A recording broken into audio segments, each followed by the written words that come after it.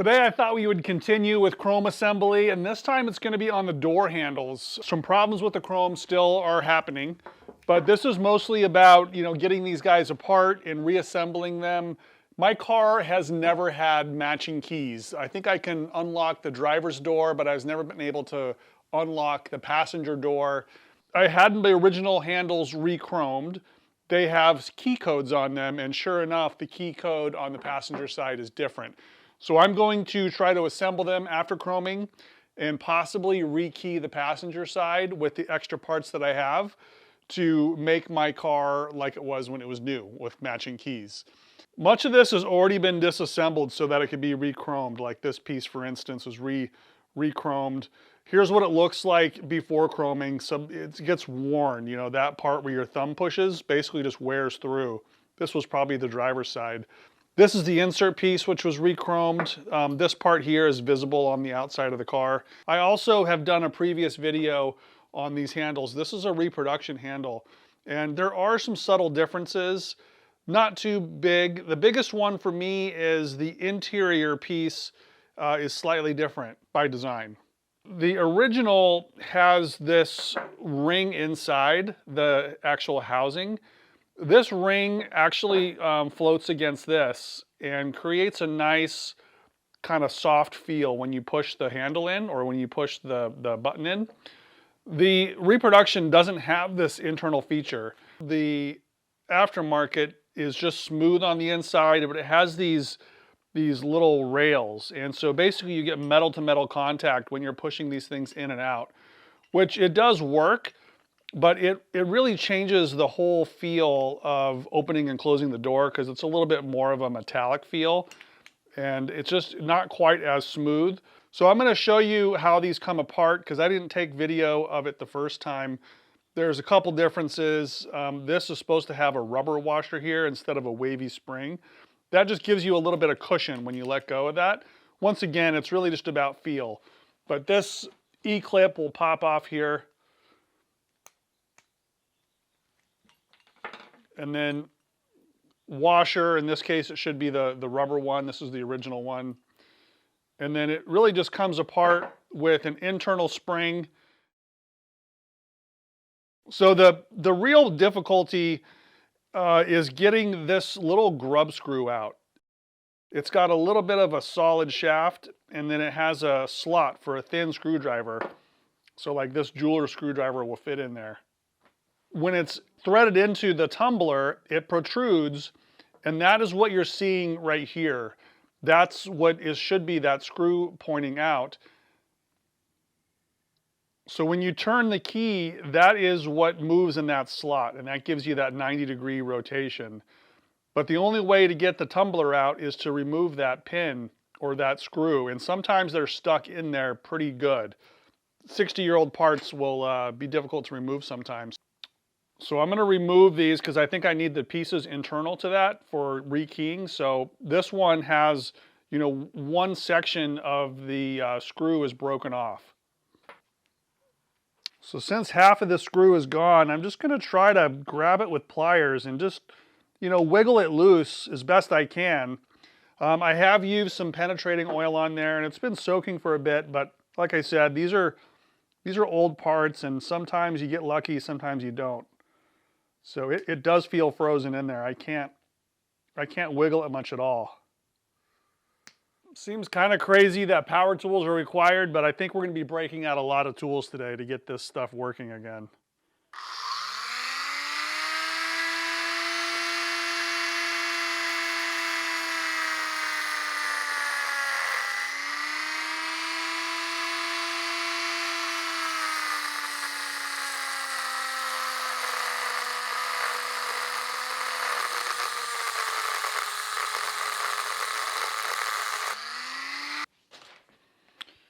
It's very possible that the assembler or the locksmith, whoever, Loctited this in because it does not feel like it wants to come apart.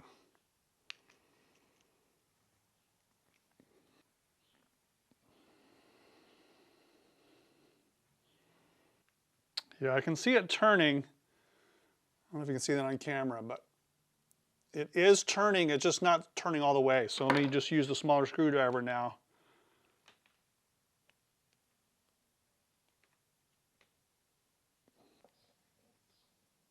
There we go.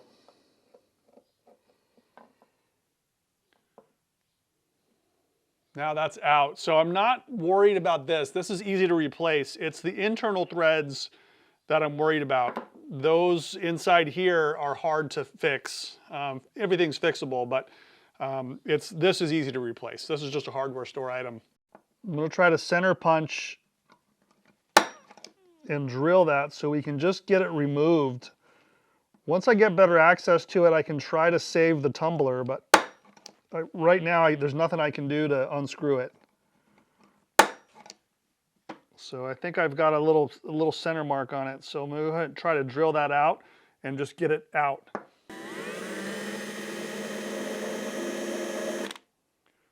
I know that's steel because when I was grinding on it, it was making sparks. So just gotta go slow.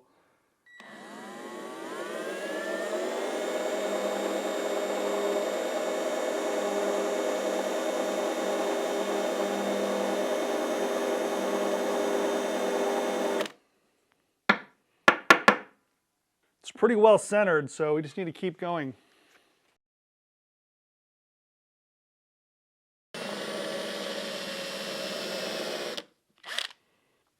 It's a little ambitious at this point, but I do have an extractor that I'm going to try to get it to bite into whatever's left, because there's a couple pieces left sticking up. And I'm not hopeful here, but I'm just trying to at least clear it so it's flush.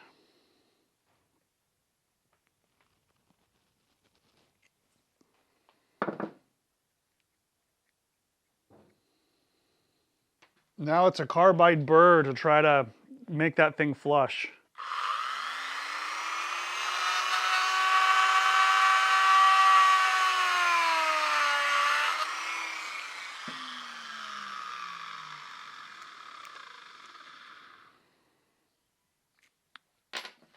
Almost there.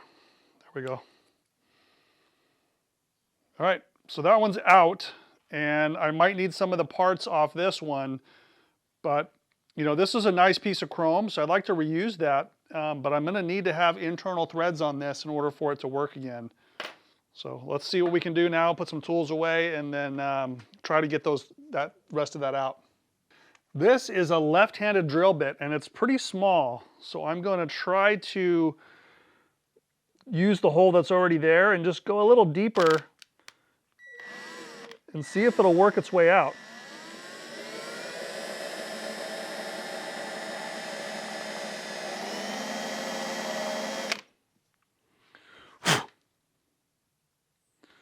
If nothing else, we can maybe get the extractor in there, but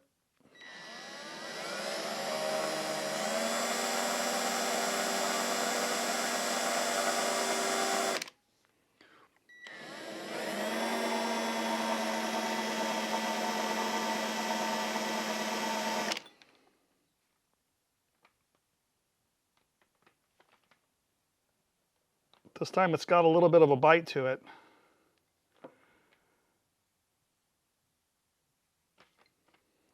Nope.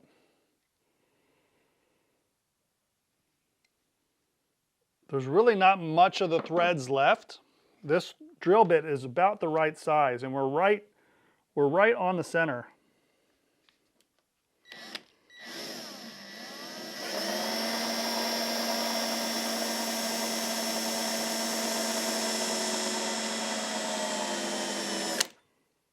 Still drilling steel at this point.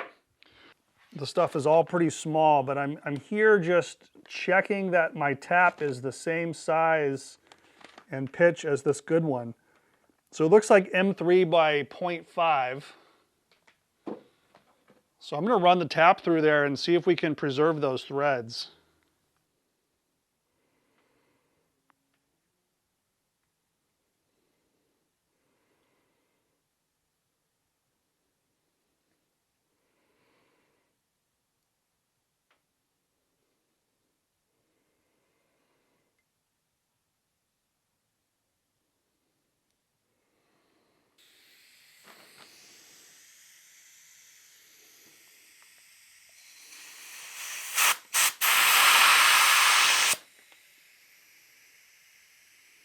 Okay, I think I got it to where this pin will now thread all the way in to where it's supposed to stop right there. So it's good enough.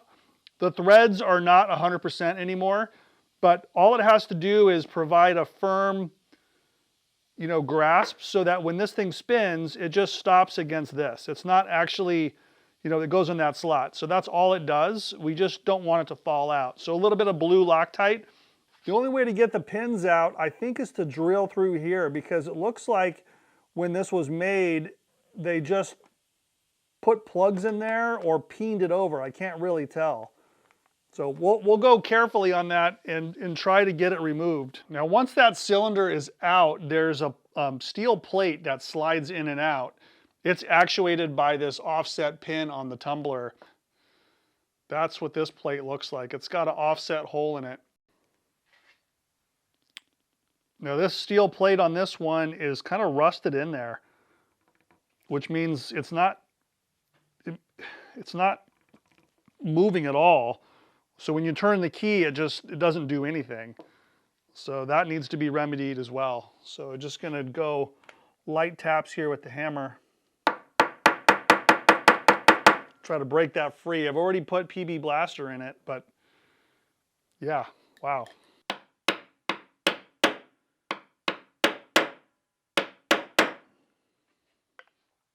I just went from my mini hammer to my much bigger hammer. See these two guys. So now it's moving, but we still have to get it all the way out.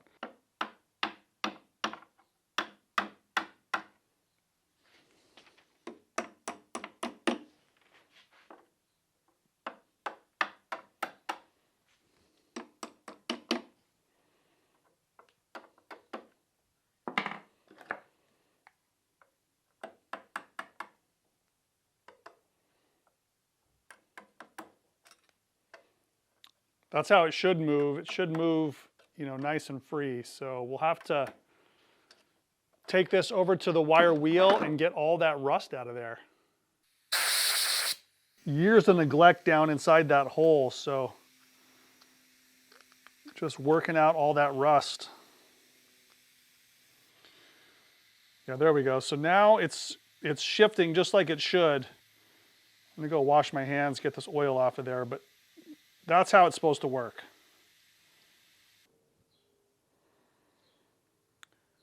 So see how that eccentric pin will interface there with that plate? And so that's locked, that's unlocked. So that plate corresponds with a groove in the door handle. So that plate pokes up into that little window there. So when it's locked, you cannot push this in. When it's unlocked, you can push it in, and that's what opens the door. This plunger pushes against the door latch. All my parts now are stripped to the absolute bare minimum. These are as they were machined or cast or whatever they are. Now it's time to make the keys work. In the spare parts that I have, I'm going to assemble a working set. So that's going to involve, taking apart something that was put together kind of a one-time use. I think normally you would just buy new tumblers with the right key code, but at this point I have to mix and match and make my own tumblers because they're no longer available. At least I don't think they are. And I have the parts. I'm just going to go ahead and sacrifice this one to take the pins out and put it into another cylinder. This is the area that I need to drill right here. And I've just jammed this toothpick in there to protect the spring. As I drill through that, I don't want that spring to get damaged. So I'm going to go ahead and put it here in my vise. The vise has soft jaws, and I'm going to drill that out and relieve that spring, get that spring out of there.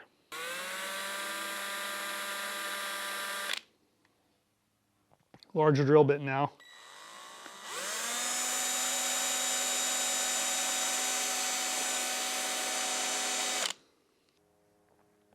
I've gone through that hole, and now it's just a matter of capturing that spring. It's a very delicate spring. All right, that's the spring. Set that there for a second. And now let's see what's going on with the pin.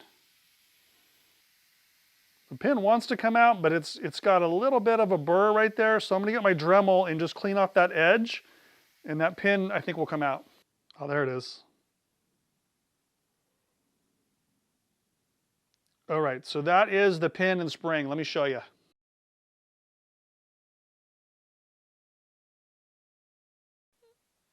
Okay, that's the bare tumbler with no pins in it. Now, you could put it together without pins in it at all, and it would certainly work. You just wouldn't have any security. Same with cutting the pins down. You lose security every time you shorten the pins because it means more keys could potentially fit. So I'm gonna go ahead and mix and match the pins to work with this key only. Okay, this is the second one I've done, and I'm learning a little bit of how the factory put this together. After I've done all my drilling, I can see that there's a slit of copper or brass that has just been pressed in to these spring things. So I'm peeling it back after I've weakened it with the drill and able to expose those springs and just pull them right out. That one almost got away from me. So there's the strip that retains the springs. And it's really just a machined slot here in the brass tumbler, and then those are pushed in. So my idea to retain the pins now is just to solder a bar across the top. And it's a little bit more labor intensive, but I'm only doing this once. I've stripped apart these 3 cylinders and I've taken apart all 3 of these tumblers, and I have the pins, and they're labeled with their size. So there's a couple, I don't know how many pins they offered, but they range from 170 to 241. This being the smallest and this being the largest. So sometimes they repeat, like these 2 are the same. There's a couple of the 180s, there's a 233, 244. This is all in inches. So it looks like it increments every roughly 10,000ths of an inch. So I'm gonna pick the best assortment of these to work with my key and make it match this one, because this one does work with my key, and it's nicely chromed. So I wanna put the best pins in this cylinder, which is nicely chromed as well. So when we insert the key, this is what we're after. So when it goes in, all these pins are flush. That's how it should be. This is what we want to duplicate. So with the key in there, we just drop these pieces down and find whichever one fits the most flush. And I did notice that some of these have wear on them. It's mostly the very first one, I think, gets the most wear. I can just file the sharp edges from the key wear, and that can help me lower the pin down just a little bit. So rather than change the total length, I'm just changing this part.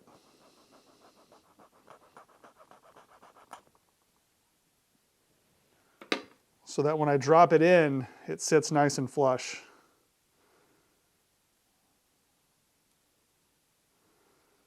So that's pretty good right there. If you look at the back side, it's a little bit recessed, but the more I file, the more flush those become.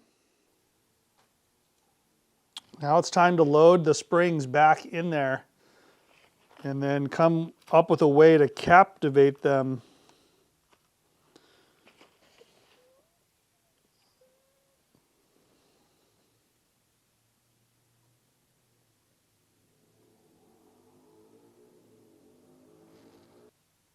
I'm just making sure that they can, float well in there. This one here is a little bit stuck, so I'll replace that one with a little bit better spring. Make sure they're working as good as possible.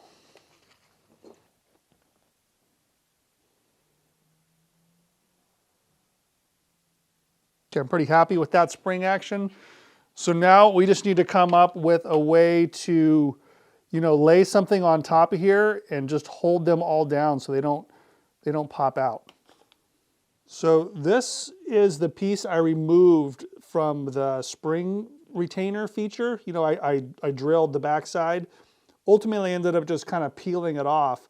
So I have this solid copper wire, and I'm just going to hammer it flat.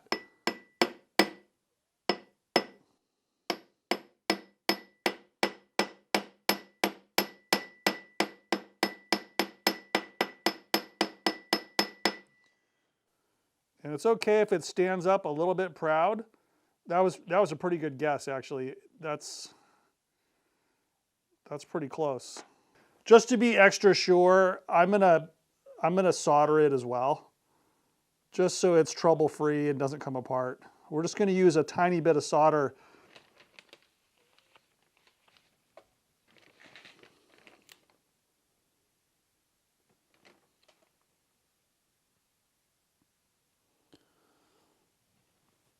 This could take a while because there's so much mass here.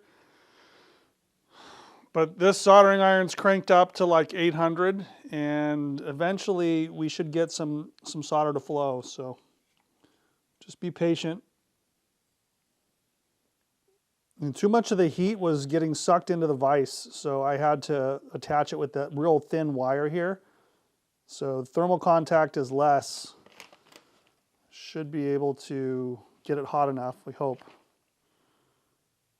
So I'm just going to hang it on here for a little bit.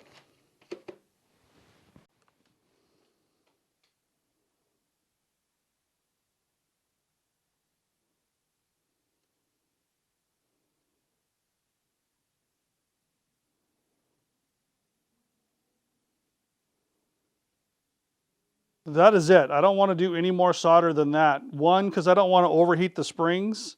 And two, I don't think we want to get solder down in those pins. So I'm going to let it cool down, and then we'll insert the key and make sure it still moves correctly and all the pins are working. Fingers crossed. Just wipe off any of that flux on there too, because that can corrode stuff. Feel the pins moving just fine. They feel the same as this one does. This one has not been taken apart. So the spring pressure is, you know, roughly the same. It didn't affect, the heat didn't really affect the springs too much. So I think it's fine. So watch them go down.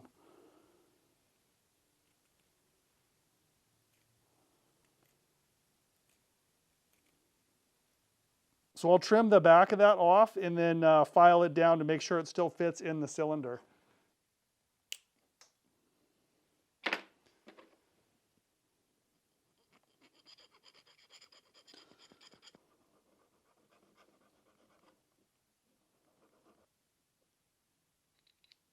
Yeah, it fits right in there. Spins great. It's not too loose, so that's a really nice fit. It's taken me a little while to decide what is left and right, or driver's and passenger side. So the handles themselves are the same. They have a little keyway there, which is the same on all the handles. I have 4 different handles and they are all the same. This little notch, everything about the handles are the same. However, these are different. You can, if you put them side by side, you can see how this is looking at the bottom. The pins here are on the left, the pins here are on the right, and then the actuating pin is offset. Put them this way where the pins are opposing each other. These pins are towards the center. They're closer together in the center. So there are a left and a right. So I know this one goes here and this one goes here. And then these guys are also different. So if I put the slot, this has a slot in it. So if I put the slots pointing down, here is this opening where the little screw goes. And this opening is clear on the bottom. It's on that side. So if you put the 2 slots together, then there's a left and a right. And one is got its groove on the bottom, one has the groove on the top. And that's so you can take this and flip it to the other side for drivers or passengers. So it's, this would be like the drivers and then this would be the passenger. These plates can be flipped, so they don't matter. And then everything else is the same, but it took me a while to get the combination right. Also note that there is a seal here. It's kind of a keyed washer. It's not quite plastic, it's more rubbery. So that creates a seal when this goes in here like that. And then we want to line up that hole. That's the hole has to go in this slot. So we're lining that up. And then before we do that, we got to put in this plate. You can leave this proud just a little bit, and then the plate will drop in and only goes in one way. So you can feel if it binds, then it's in the wrong way. Or if this won't go in all the way, that means it's in wrong. Tall side should be up. So let's try putting it in this way. And then see if we can get that cylinder to engage with it.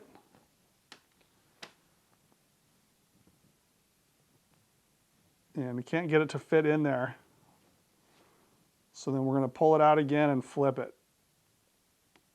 Just flip it this way. And now it's in. So this is the range of motion from there to there. So go ahead and put the pin in. I had to look this up, but locked is always with the key slot vertical.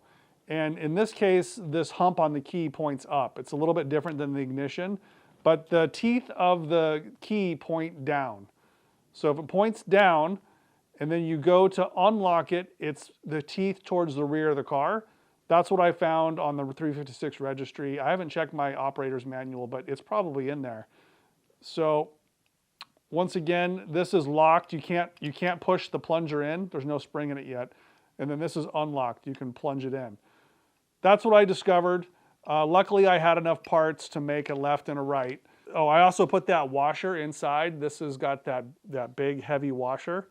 I need to get some more, but here's a piece that was broken. This is the big one that goes inside the original handles like you talked about earlier. The reproductions don't really have a spot for it, or it's a different size or something. So it's now ready to go together only one way. This rubber washer is kind of a cushion. And then this guy hopefully clips it together.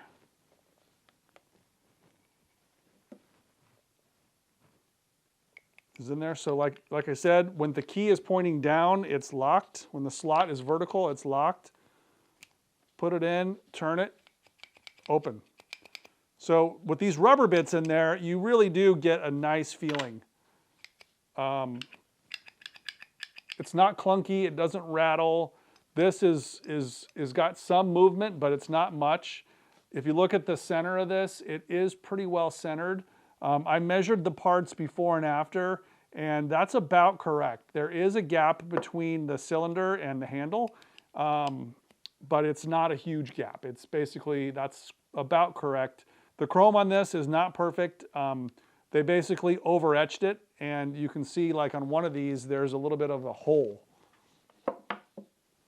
This one has like a hole almost, yeah, basically clear through it. It's real thin where the threads go through there, and it wasn't like that before, but now it came back with a hole. So some of this has to be redone. I'm gonna go ahead and use this one probably as is for now, and then I'll look for another handle or have this one fixed. But this one happens to be the Repro, so I'm gonna put that together because it's better of the two. I'm gonna send this one back to the plater to be fixed, and I'll at least be able to drive the car. You can tell which one's the Repo. Repo, original. I'd put them on the car right now, but this is not, this is Mac. This is not the 356. Totally different handles, way bigger. Look at the difference in size of door handles on the 911 versus the 356. This has a pull, and this has a push. And speaking of Mac, Mac is in for some big upgrades. Nothing is wrong, but stay tuned. We got some real big news coming up for Mac.